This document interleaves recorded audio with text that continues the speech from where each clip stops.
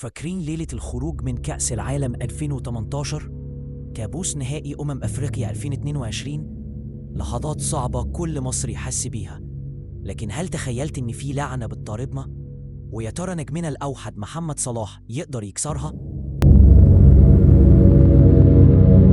صلاح اسم بيتنطق في كل حتة في العالم، نجم ليفربول، هداف الدوري الإنجليزي، وواحد من أحسن لعيبة كوكب الأرض.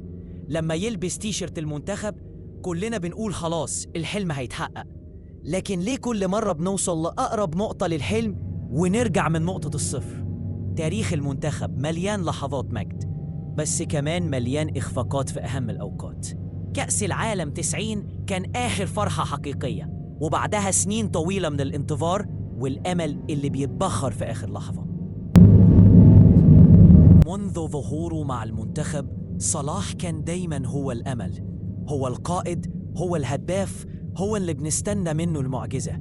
أرقامه مع الأندية أسطورية، لكن مع المنتخب الصورة مختلفة شوية. في ناس بتقول إنه بيقدم كل اللي عنده، وفي ناس تانية بتلومه على عدم الظهور في اللحظات الحاسمة، أو إنه بيتحول للاعب عادي مع الفراعنة. هل المشكلة في صلاح نفسه، ولا الحمل عليه أكبر من طاقته؟ هل ممكن يكون نظام اللعب أو الضغط الجماهيري والإعلامي هو اللي بيكبل موهبته؟ ناس كتير بتوصف اللي بيحصل ده بإنه لعنة الفراعنة، لكن هل هي فعلاً لعنة ولا مجرد أخطاء متكررة نقع فيها كل مرة؟ هل الخطة مش مناسبة للاعبين؟ هل الإعداد البدني والنفسي قبل البطولات الكبيرة مش كافي؟ هل بنفتقد العقلية الاحترافية اللي بتعرف تكسب المباريات الصعبة؟ المنتخب المصري عنده مواهب كتير، لكن ليه مش بنقدر نوصل للمستوى المطلوب دايماً في اللحظات الحاسمة؟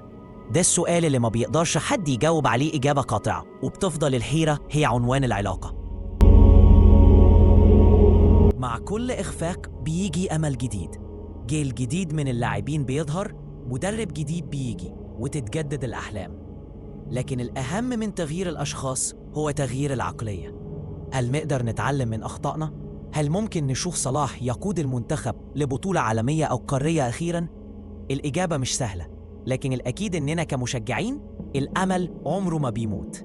ممكن تكون اللعنة دي مش مجرد خرافة، لكن الأكيد إن بالإصرار والتخطيط الصح نقدر نكسر أي حاجز. الأمل موجود، لكنه محتاج خطوة جريئة ومختلفة.